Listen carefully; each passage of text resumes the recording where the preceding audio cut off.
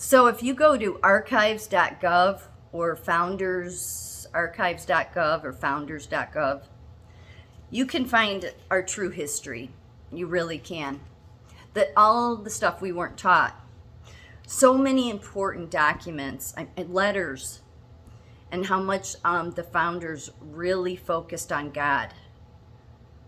You can go to one of those sites, archives.gov or really founders.gov, and go to the search and put God, Jesus, occult, Freemasons, Jesuits. It'll tell you everything of what they thought and how these were dangers. More than dangers. They saw the Catholic popes as antichrists. Our founders did. So that should tell you what they thought of Catholicism. I shouldn't say all of them, but Thomas Jefferson being a big one. But not just him. They're long documents. You have to read them. But it's not that hard to search something.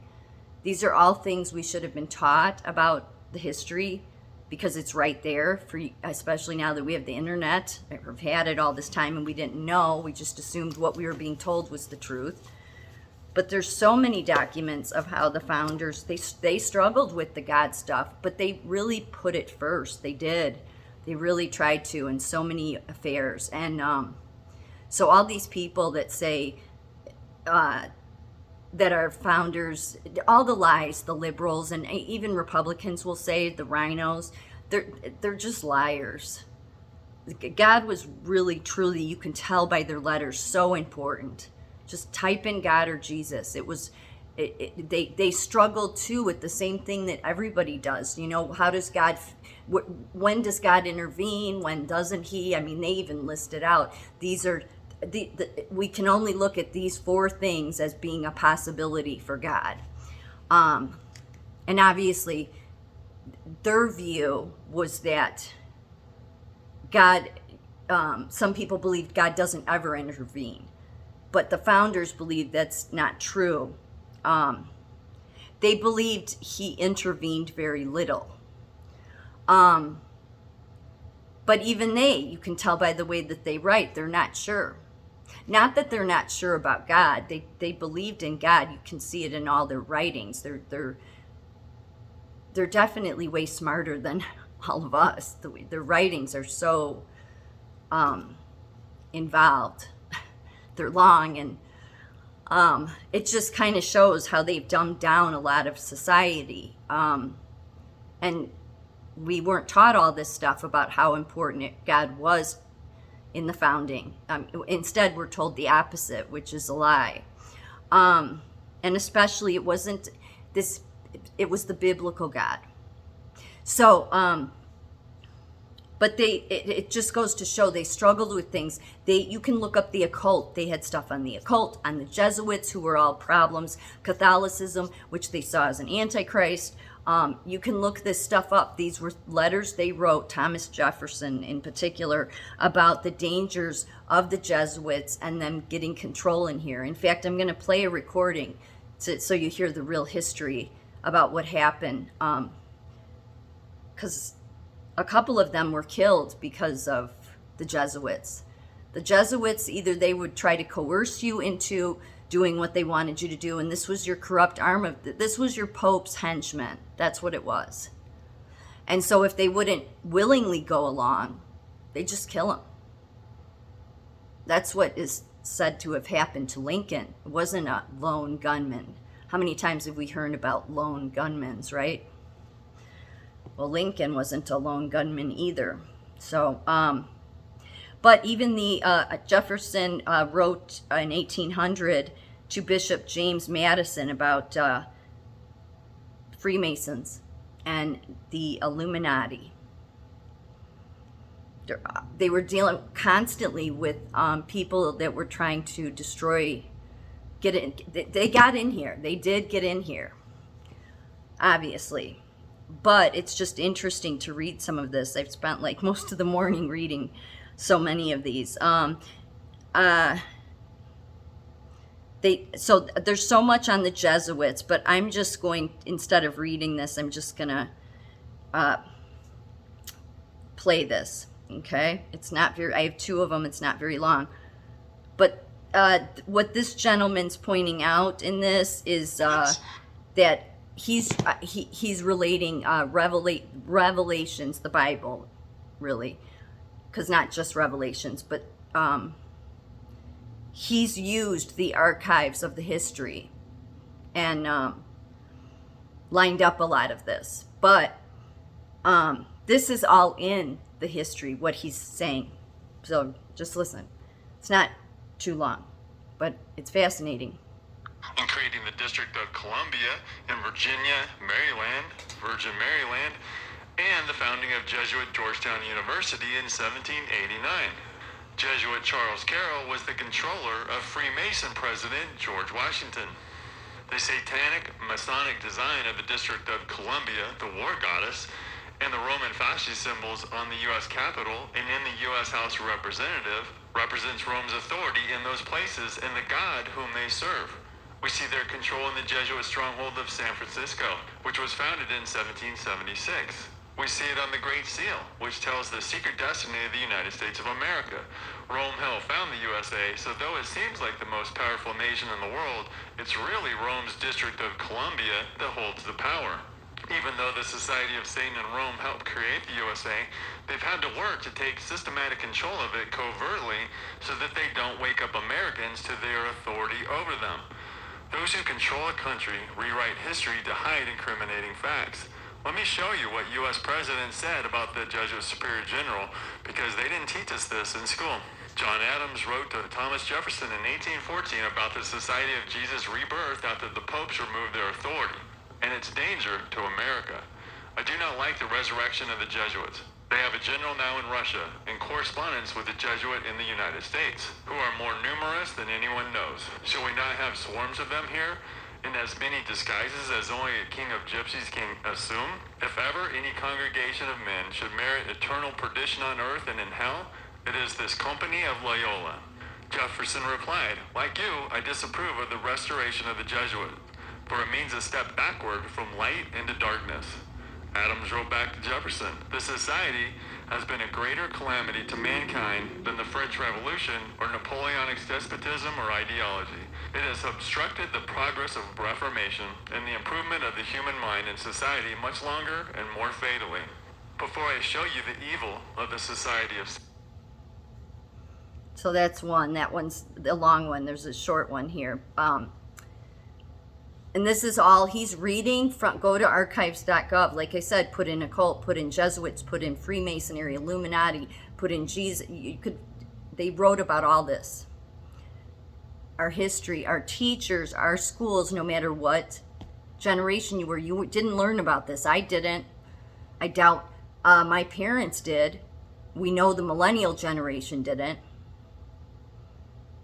Anniversary name cannot be done openly. I will secretly use the poisoned cup. The strangulating name cannot be done openly. I will secretly use the poisoned cup. The strangulating cord. The steel of the poniard. He's talking about the Jesuits. What I was saying about how if they won't, if presidents even back then wouldn't go along, or leaders, they would just kill them.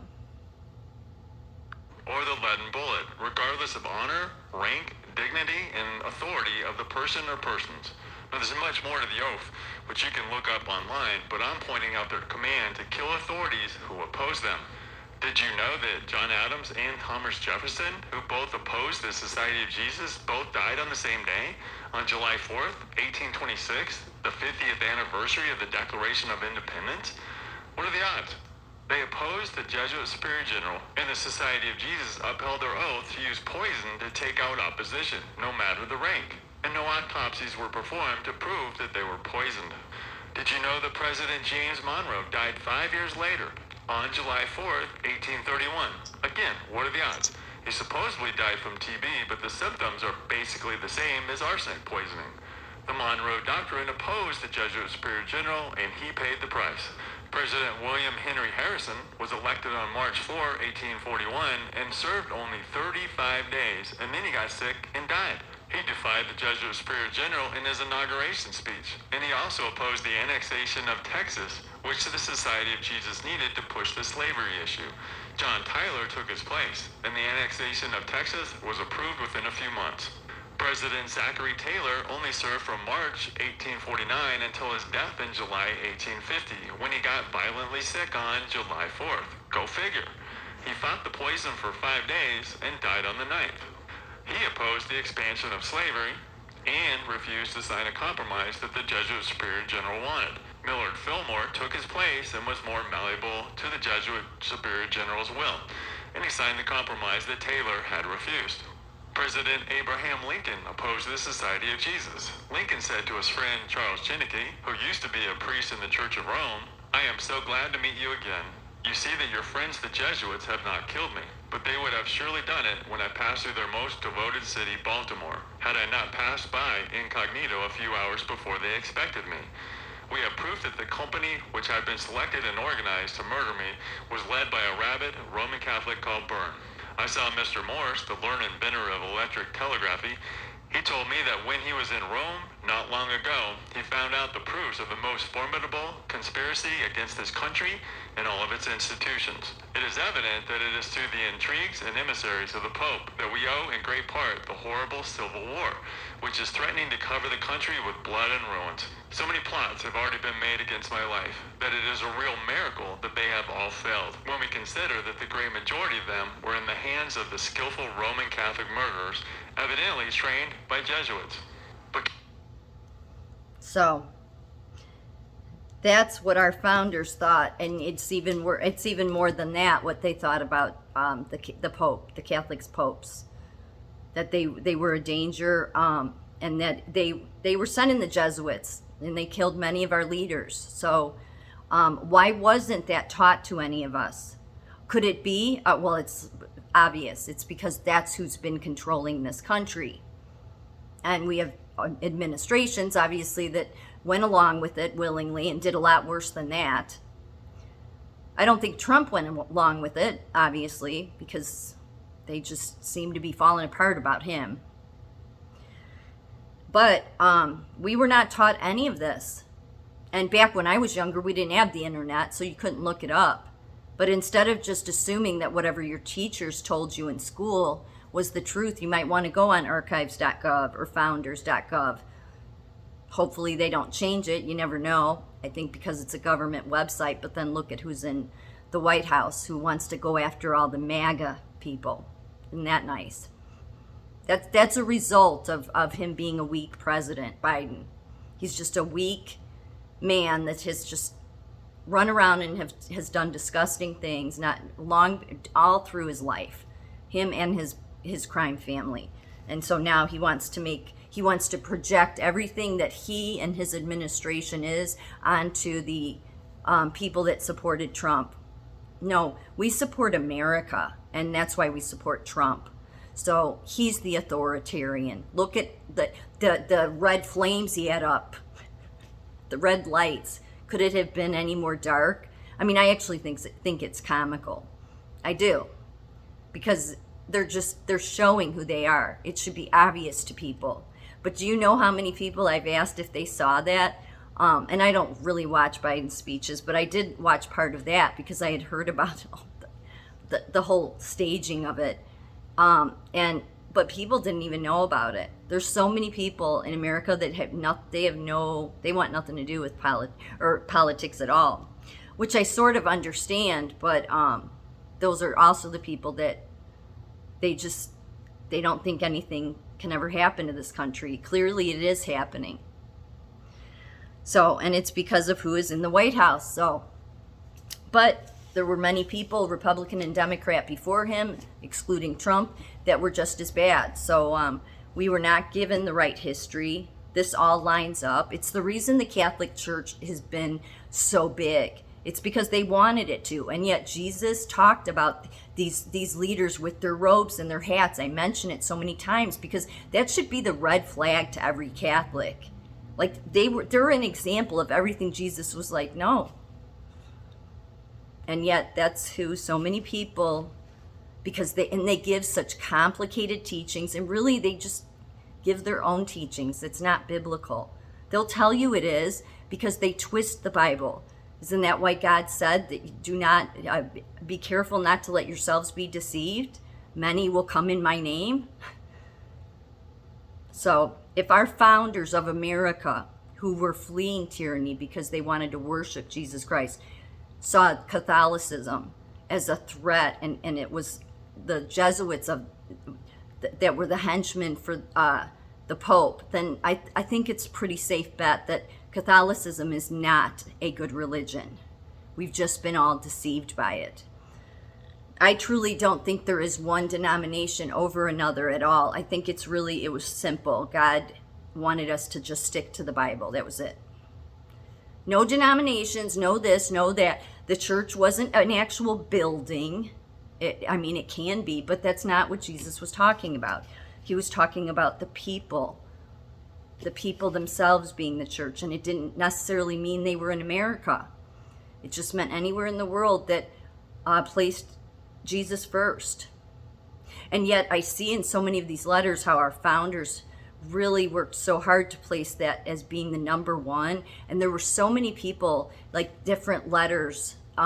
You could see that, like a Thomas Dill had written Thomas Jefferson and some of the things he was saying. And then the occult, they had the whole occult thing. There's a whole, it's a long page, even drawings of occult symbols, how they use mathematicians for it. It's about the planets, it's horoscopes, all of that. Our founders knew was part of the occult. So, why weren't we taught that? Well, because the Jesuits have been controlling everything. All of this proves the Bible, once again, 100%.